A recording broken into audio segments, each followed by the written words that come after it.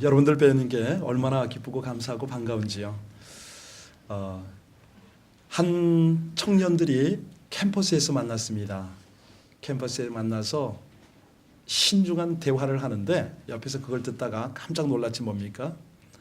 그 캠퍼스는 법대 캠퍼스였거든요. 한 친구가 묻습니다. 야, 너 오늘 살인하고 왔어? 그랬던 거예요.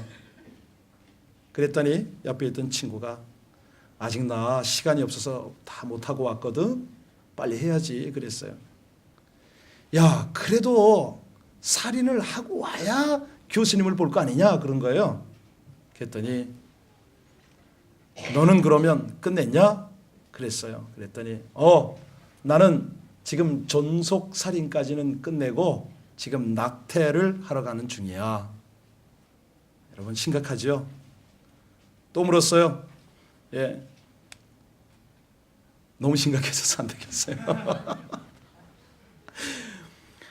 지금 강의실에 이제 바로 들어보낼게요. 들어갔는데 교수님이 한마디 하십니다. 여러분, 지난 주간에 말한 절도는 다 끝내고 왔겠지요? 절도죄를 잘 다루어야 다른 범죄도 잘 다룰 수가 있습니다. 다음 시간까지는 강강까지 공부하고 오도록 하세요. 너무 심각해서 경직해서 이게 좀 어떻게 해요? 이게 수습이 안 되네요. 이게 제가 썰렁하게 하는 데는 뭐가 있는데 본론 들어갑니다.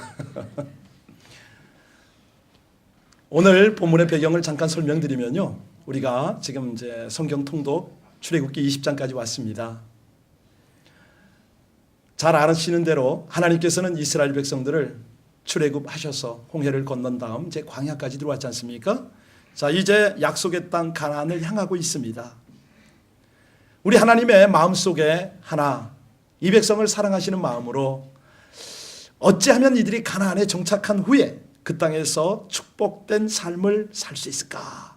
이런 마음들을 나타내고 계십니다. 오늘이 바로 이제 그 규범들을 알려주시는 건데요. 이스라엘 백성들이 받는 율법, 참 우리에게도 너무 중요하기 때문에 오늘 설교 제목이 율법의 축복이다, 이런 제목으로 은혜를 나눌 텐데요. 하나님의 율법은 우리가 크게 둘로 나눌 수가 있습니다.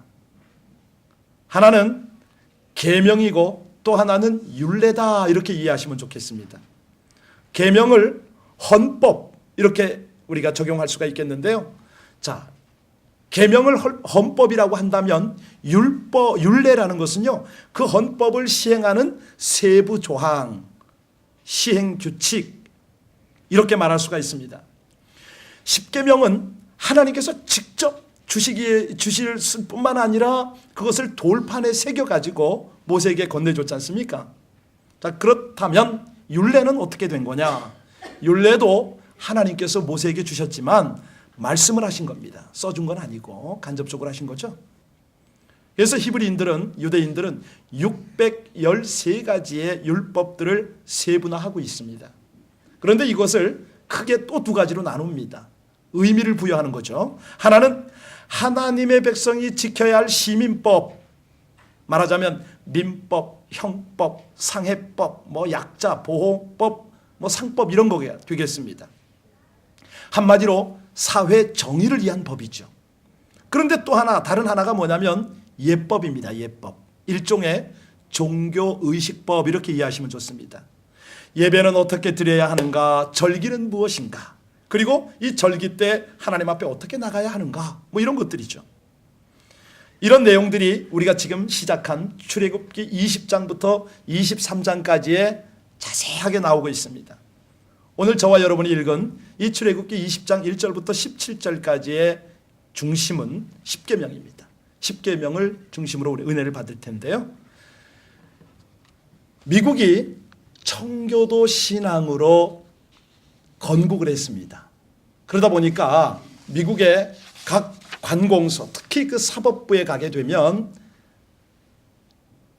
빠짐없이 있는 것이 하나씩 있어요. 여러분 아시죠? 십계명에 돌비가 다 있습니다. 그런데 기억하시나 모르겠는데 2003년이죠. 지금부터 한 10년 전에 그 엘라바마에 있는 법원에서 십계명 돌비를 철거하는 사건이 있었잖아요. 그때 판례가 어떻게 나왔냐면 종교를 자유한다고 해서 법원에서 십계명 돌비를 철수하라 이런 판결이 났습니다. 그때 돌비를 철거하는 현장에 수많은 사람이 몰려왔습니다. 물론 구경하려는 사람이 많았지만 그 중에는 이 미국 땅에 십계명 돌비가 웬 말이냐, 철저히 없애라 이런 사람이 있는가 하면 온 몸으로 바닥에 구르면서 하나님 앞에 두 손을 들고 기도하면서 이 일은 멈춰달라고 울부짖고 그냥 엎드려서 통곡하는 장면들이 TV에 미국 전역으로 중계가 됐었습니다. 여러분 어떻게 생각하십니까? 이제 우리가 오늘 율법이 왜 축복인가 이 내용을 깨닫기 위해서는 중요한 것은 문제는 십계명의 본질을 아는 것입니다. 본질의 중요성이거든요. 한편에서는 종교의 자유화를 외치면서 십계명비를 철거하라 뭐 이렇게 주장하는 세력이 있는가 하면 한편에서는 반대하고 시위하는 많은 분들이 있었어요. 그런데 과연 그 두 부류 모두가 십계명의 근본적인 본질을 얼마나 이해하고 있었을까?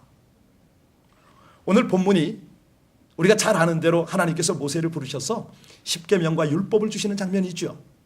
자, 오늘 깊이 있게 한번 들어가 보겠습니다. 먼저 십계명의 의미와 중요성을 우리가 알기를 원하는데요. 말할 것 없이 신학자들은 이 부분에 있어서는 양보를 하지 않습니다. 많은 설교가들은 바로 이 십계명만 가지고도 설교를 1년 이상 할 수가 있겠죠. 역사학자, 법률학자 모든 부류에 의해서 아주 강조되고 있는 것이 바로 이 내용인데 윌리어드라는 학자는 그런 말을 해요. 십계명은 인간에게 주어진 모든 법의 어미다 이렇게 정의를 했습니다. 사실 그렇잖아요. 전 세계를 지배하고 있는 모든 법률과 도덕율의 표준을 제공하고 있는 것이 십계명인데요. 왜 그러냐? 이건 직접 하나님이 지으셨고 하나님이 선포하셨기 때문에 하나님의 법이기 때문에 그렇습니다. 그래서 우리는 이 십계명을 어떻게 다른 말로 부르냐면 신율이다. 하나님 신자를 쓰고요. 하나님의 법, 신율이다 이렇게 말합니다. 그래서 십계명을 가만히 살필 때 단순히 인간을 위해서 인간적 어떤 계명이다 이렇게 보면 큰일 납니다. 중요한 것은 1계명부터 4계명, 이 모세가 두 돌판을 받았다고 할 때 한쪽에 1계명부터 4계명이 있다고 그랬죠. 또 한쪽은 5계명부터 10계명까지 있습니다. 그런데 이쪽 1에서 4계명까지는 뭐냐면 대신관계의 법률입니다. 하나님을 향한 그런 법이죠. 첫 번째 계명 우리 3절부터 보겠습니다. 3절 같이 읽습니다. 시작. 너는 나 외에 다른 신들을 내게 다른 신들과 비교되길 원치 않는 하나님의 마음. 왜? 유일한 한 분. 자, 이제 여러분들은 둘째 계명 4절을 보시기 바랍니다. 뭐라고 말씀하셨습니까? 예, 그것들에게 절하지도 말고 섬기지도 말라. 사람이 만든 것은 어떤 형상이 되어도 아무리 정교하게 공을 들여도 그것은 우상이지 하나님이 아니다. 분명히 하시죠. 자, 세 번째 계명은 7절입니다. 7절 보시겠습니다. 같이요. 시작. 너는 내 하나님 여호와의 이름을 망령되이 부르지 말라. 여호와는 그의 이름을 망령되게 부르는 자들을 여러분 이거 이해 가시죠? 얼마 전까지만 해도 이것이 무슨 뜻인지 잘 몰랐는데 최근에는 보면은 예수님의 이름을 하나님의 이름을 어디에 씁니까? 한마디로 제기랄 같은 그 욕으로 사용되고 있는 것을 우리가 볼 수가 있습니다. 이걸 다 포함하는 것이죠.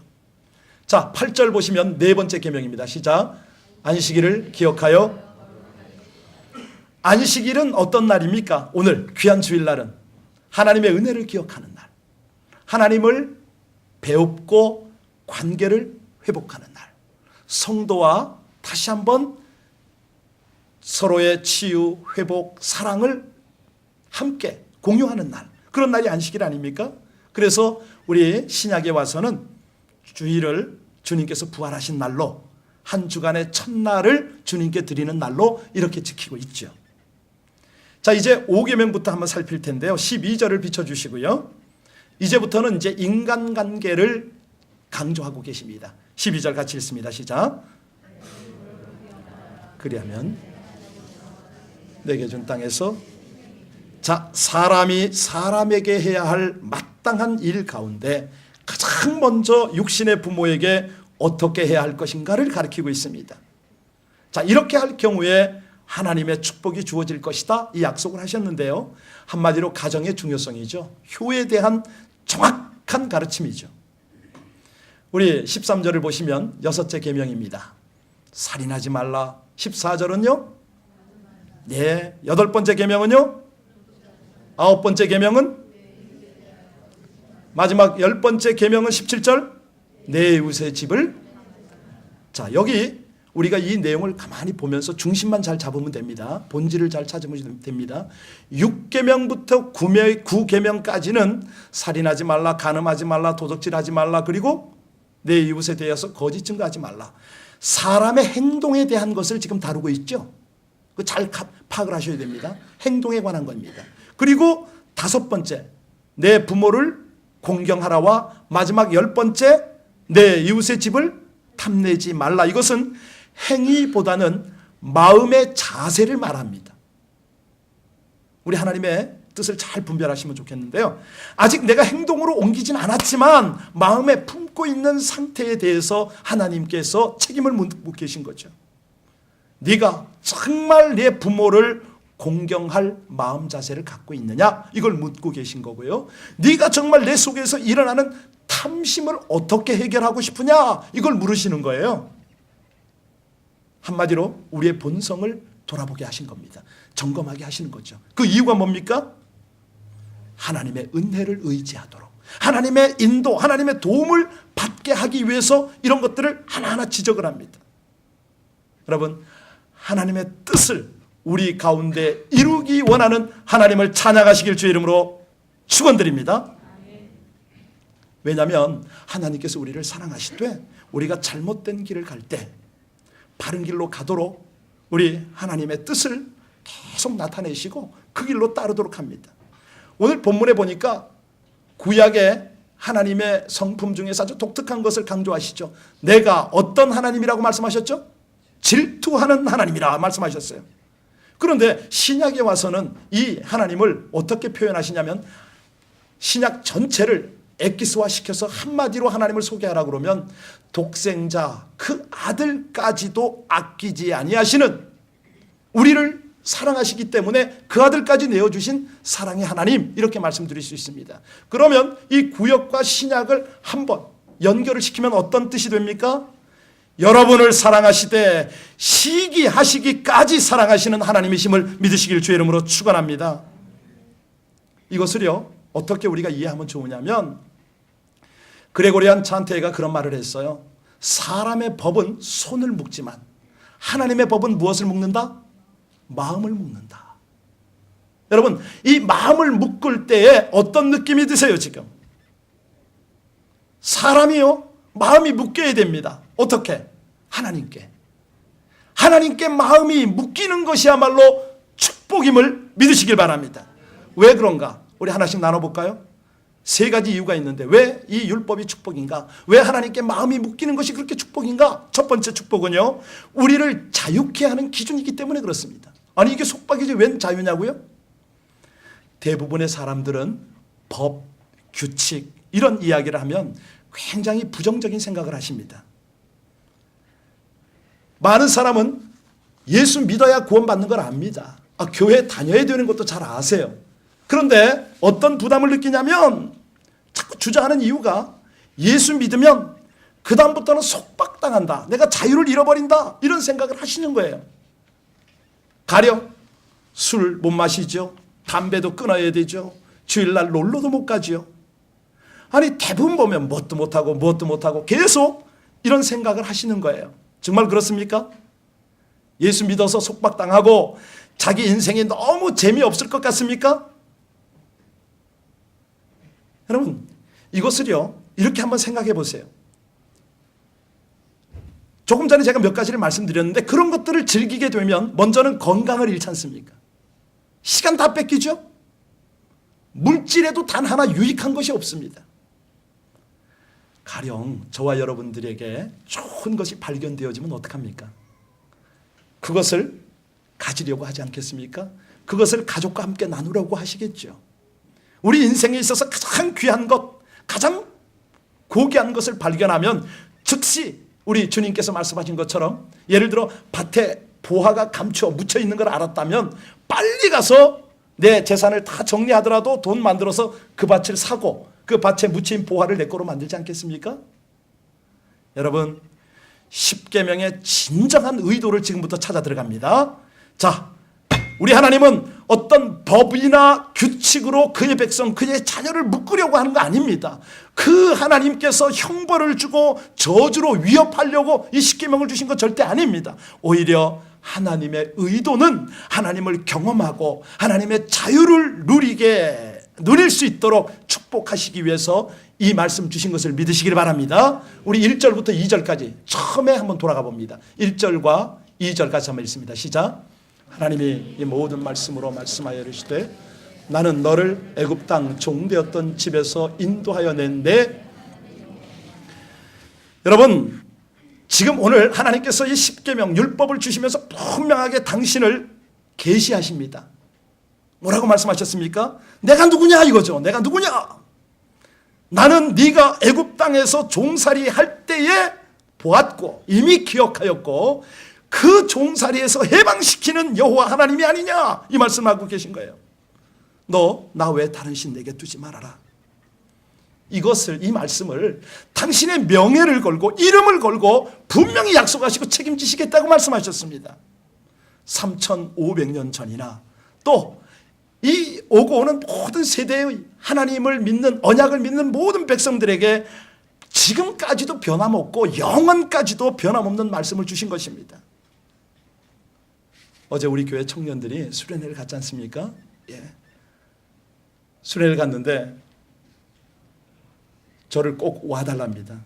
사실 토요일 날, 그것도 9시부터 가장 중요한 시간에 오후 5시까지를 시간을 뺄 수가 없는데 오라고 그래서 제가 처음에는 마지못해 대답을 했다가 아무리 생각해도 마음이 안 놓여서 아니라고 제가 거절을 했는데 또 요청이 와서 방법이 없어서 이건 하나님의 음성이다 순종을 하고 갔습니다. 가서 너무 놀랐습니다. 다른 청년들은 수련회를 가면 보통 보면 스키장으로 가고 뭐 먹으러 가고 뭐 이런 위주로, 친교 위주로 가는데 어제 청년은 좀 다르더라고요. 얼마나 하나님을 향해서 그 마음이, 사모하는 마음이 가득한지 느껴지는 거예요. 운전할 때부터, 저 운전차로 이렇게 제가 뒤에 실려갔는데 갈 때부터 그걸 하나님이 부담을 주셨습니다. 현장에 도착하니까 아니나 달라 어떤 프로그램도 준비하지 않았어요.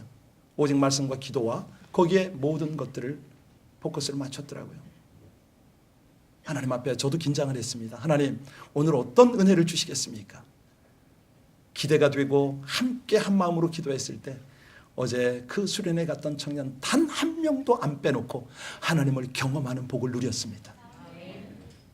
성령 체험을 다 하고요. 방언이 안 되는 분들 다 방언 다 터졌고요. 회개는 기본이었죠. 하나님께서 보이시고 들리시는 음성을 다 들었어요. 한 명도 안 빼놓고. 거기에 도우러 갔던 분들까지도 다 보너스로 그런 은혜를 입었어요. 이렇게 하나님은 변함없으세요. 신실하세요. 여러분, 천지는 변하려니와 하나님의 말씀은 1.1핵도 변개함이 없음을 믿으시길 바랍니다.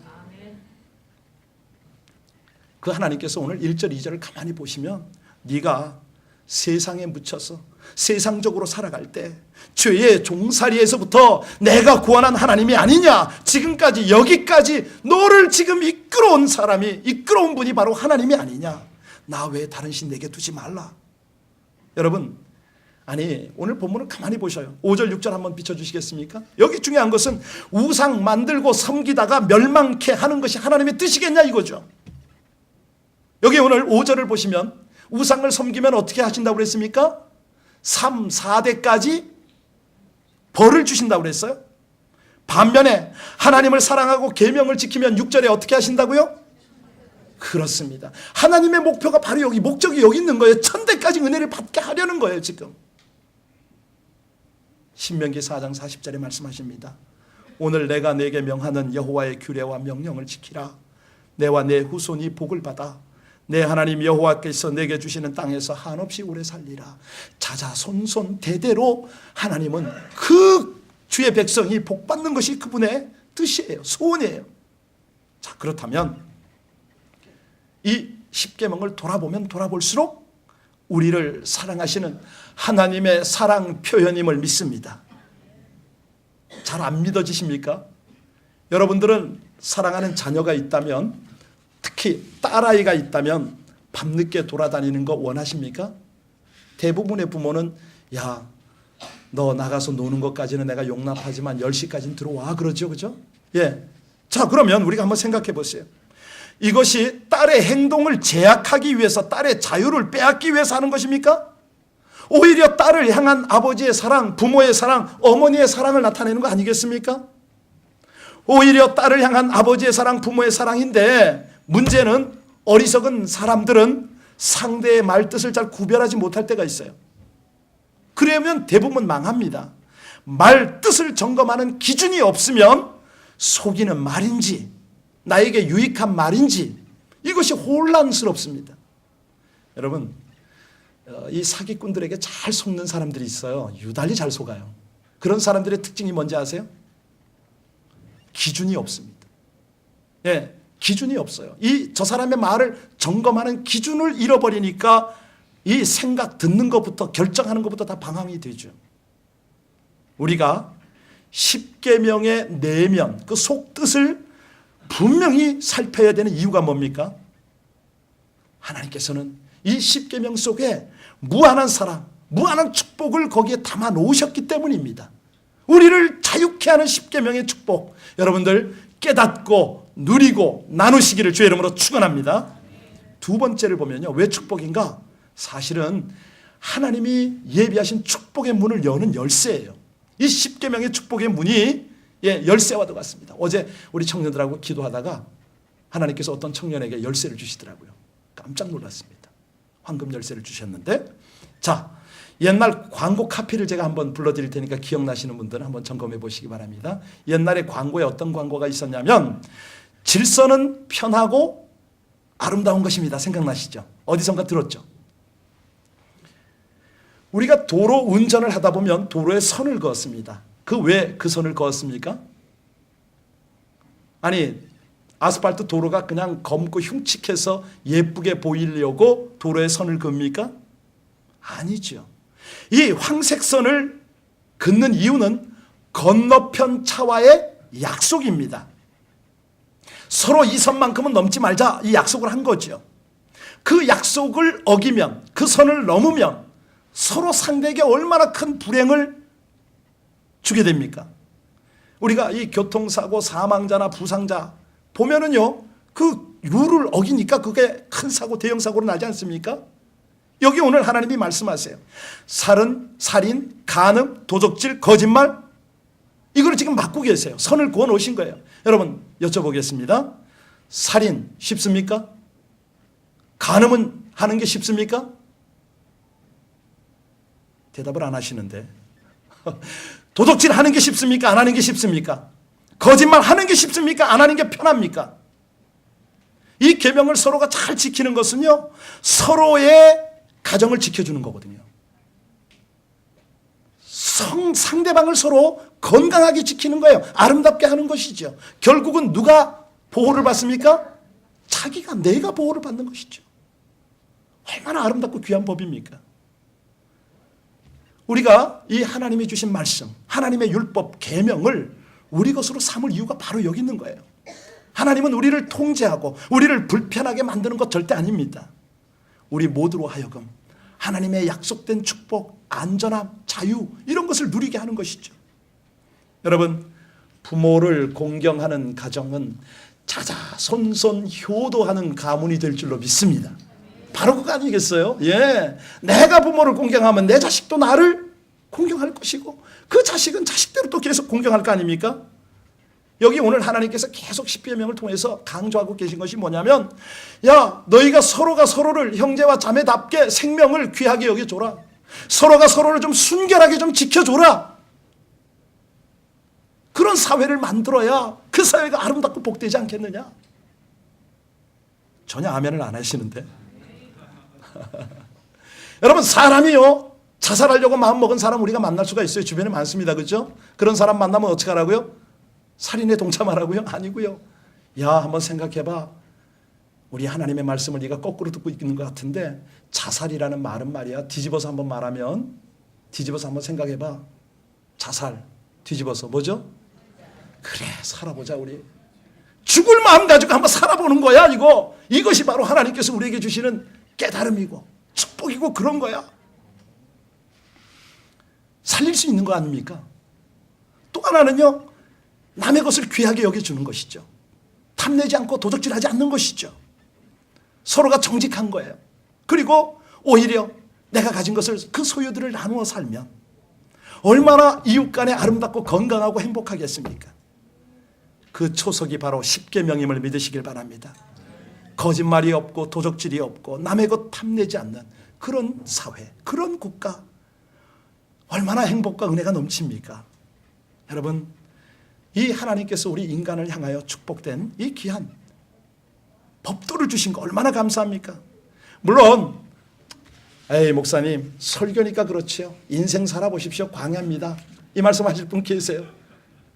여러분, 이건 지금 광야에서 하나님이 말씀하신 거 아닙니까? 광야에서, 광야 같은 우리 인생이 축복의 삶이 될 수 있도록 지금 이 계명을 주셨는데요, 여러분, 이 말씀이 있다는 것은 부담으로 오면 안 됩니다. 감사와 축복으로 생각이 되어져야죠.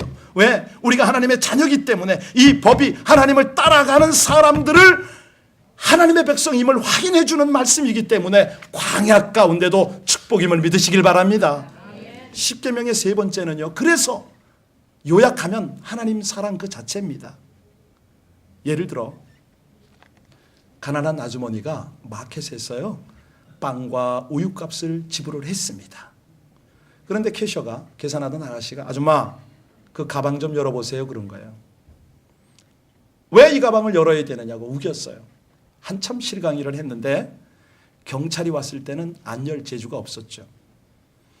결국 가방을 열었더니 그 가방 속에서 고기가 나왔습니다. 당연히 경찰서로 끌려갔고 재판을 받게 되었죠.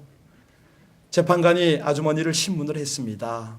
그리고 알게 된 것은 그 아주머니가 남편에게 버림을 받았고 현재 5명의 아이를 기르고 있다는 것과 집도 절도 없으며 몇 달 동안 기름진 음식이라곤 한 번도 입에 대보지 못했다는 것을 알게 되었습니다. 자, 사정을 아는 재판관, 여러분들이 재판관이라면 어떤 판결을 내리시겠습니까? 그 아주머니를 감옥에 보내는 대신에 가족이 살기 적절한 집을 제공해주고 연금을 지급받도록 조치를 한 겁니다. 왜 그랬을까요?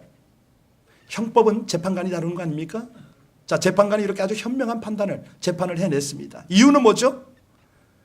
법의 정신이 법조문보다 더 중요했기 때문입니다.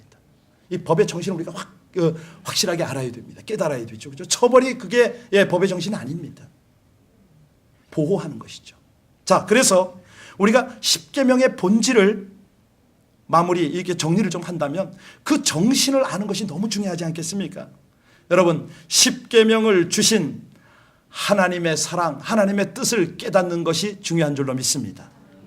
십계명의 그 정신 그 자체가 하나님의 사랑, 하나님 자체임을 믿으시길 주의 이름으로 축원합니다. 이까지 하면 혹시라도 우리가 또 착각할 수가 있기 때문에 마무리를 좀 강하게 하겠습니다. 여러분, 율법과 율법주의의 차이점을 아십니까? 우리 교회가 수요 성경 공부에 좀 차원 있는 걸 많이 다루고 있어요. 많이 공부하신 분들은 이 뜻을 다 아십니다만은 혹시 안 들으신 분을 위해서 말씀드리겠습니다. 율법의 목적은 우리를 축복하는 것이라고 지금 이번 시간에는 설교를 합니다. 그런데 또 하나, 혹시 기회가 되면 말씀드리겠지만 율법의 목적 중에 하나 빠지면 안 되는 것이 우리의 죄를 드러나게 하는 것입니다. 예, 내가 죄인임을 깨닫도록 하는 것입니다. 예를 들어서 거울을 통해서 자신의 얼굴이나 복장을 들여다보지 않으면 더러운 걸 잘 모르죠. 뭐가 좀 잘못한 게, 부족한 것을 잘 모릅니다. 사람의 눈에는 선하게 보여도 하나님의 말씀에 비춰보면 그때 죄가 있는 것을 깨닫게, 발견하게 된다는 것입니다. 그뿐만 아니라 이 율법이야말로 우리를 축복하고 우리 죄를 깨닫게 할 뿐만 아니라 더 중요한 것은 율법으로 하나님께 나갈 수 있다는 것이에요. 하나님께로 인도하는 것이 율법입니다. 그런데 율법주의는 도대체 뭐냐? 이 율법이 그렇게 우리를 인도하고 대대로 복받게 하고 하나님하고 친밀하게 살게 하는 것이라면 율법주의는 뭐냐? 여러분, 율법주의 많이 들으셨죠? 우리 예수님께서 바리새인들에 의해서 그렇게 엄히 질책을 하시고 구약 성경에도 많습니다. 율법주의라는 것은 뭐냐면 하나님을 신뢰하는 것보다 종교적 행위를 신뢰합니다. 여러분, 신앙의 본질이 뭐죠? 우리가 왜 예수 믿습니까? 왜 예배 드립니까?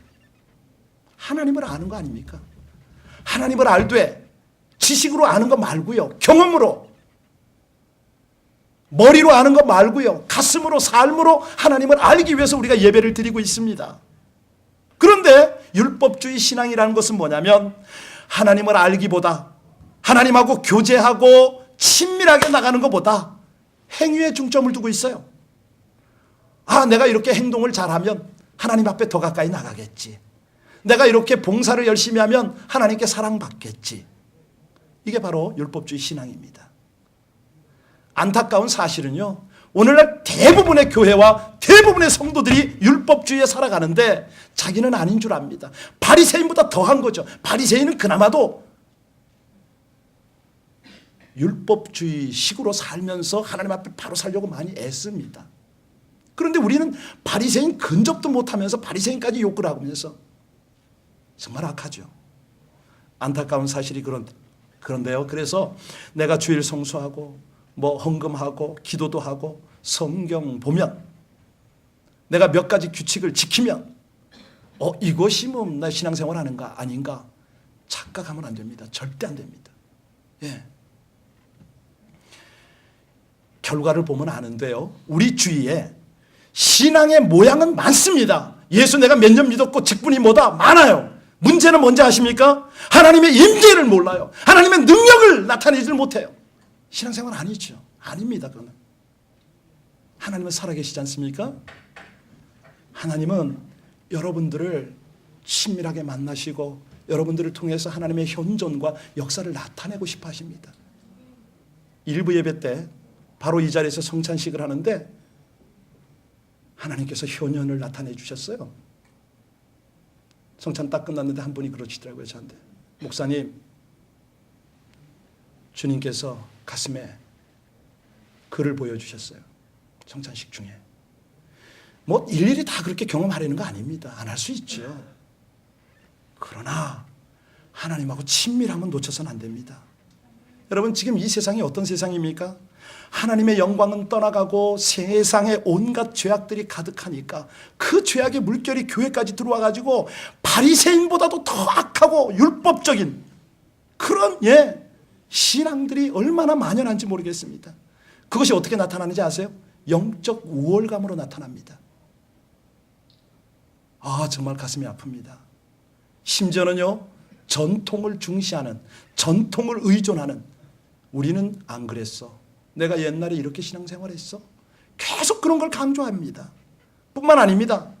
방금 전에 지적했지만 경건의 모양은 보이시는데 문제는 능력이 전혀 없어요. 하나님하고 교제하는 능력 전혀 없어요. 너무 안타까워요. 이것이 어떻게 발전하냐면 자기 틀 안에 들어오랍니다. 내가 세운 내 기준 안에 들어오면 그건 신앙생활이고 그건 교회라는 거예요. 말이 됩니까? 여러분, 결국은 우리 하나님의 본질, 말씀의 본질은 다 놓치는 영적 장님, 영적 기머거리가 되어가지고 자기 신앙생활을 하는 것이죠. 그래서 바울 사도가 한마디를 합니다. 나의 나 된 것은 하나님의 은혜로 된 것이니 내게 주신 그 은혜가 헛되지 아니하여 내가 모든 사도보다 더 많이 수고하였으나 내가 아니요 오직 나와 함께 하신 하나님의 은혜로라. 여러분, 우리가 진리를 이해하는 것으로 만족하면 안 됩니다. 주일날 와서 그래 내가 못 듣던 거 한번 들었구만, 그래 내가 이거 깨닫네, 이걸로 만족하면 절대 안 됩니다. 중요한 것이 뭡니까? 중요한 것은 아는 것이 아니라 순종하는 것이죠. 하나님을 경험하고 나가는 것이죠. 여러분, 이제 우리가 체험적으로 주님을 알아가기를 힘쓰시기를 주의 이름으로 축원합니다. 그때부터 하나님께서 우리 삶 속에 놀라운 변화를 일으키고 능력으로 역사하신다는 거죠. 정리합니다. 오늘 10계명은 1계명부터 4계명까지 하나님과의 수직적인 관계를 강조했습니다. 그리고 5계명부터 10계명까지는 수평적인 걸 강조했습니다. 뭐가 보입니까? 십자가 보입니까? 보셔야 됩니다. 누구도 십자가를 떠나서는 이 10계명이 부담이 될 수밖에 없죠. 설령 우리가 나름대로 그 앞에 순종을 하고 책임을 다한다 할지라도 그게 안 되는 거죠. 십자가는 수평적인 구조와 수직적인 구조를 통해서 사랑을 지금 나타내고 계십니다. 여러분, 우리 주님께서 십자가에서 마지막 말씀 뭐 했는지 아시죠? 다 이루었다. 613가지의 율법, 10계명 완성을 하셨습니다. 여러분, 우리가 깊이 깨달아야 되죠. 우리 하나님의 사랑, 그 축복의 극치가 바로 십자가입니다. 십자가 잘 보세요. 위로 좀 높잖아요, 그죠? 양쪽이 좀 짧아요. 무슨 뜻입니까? 아래로는 더 깊게 깊게 내려갑니다.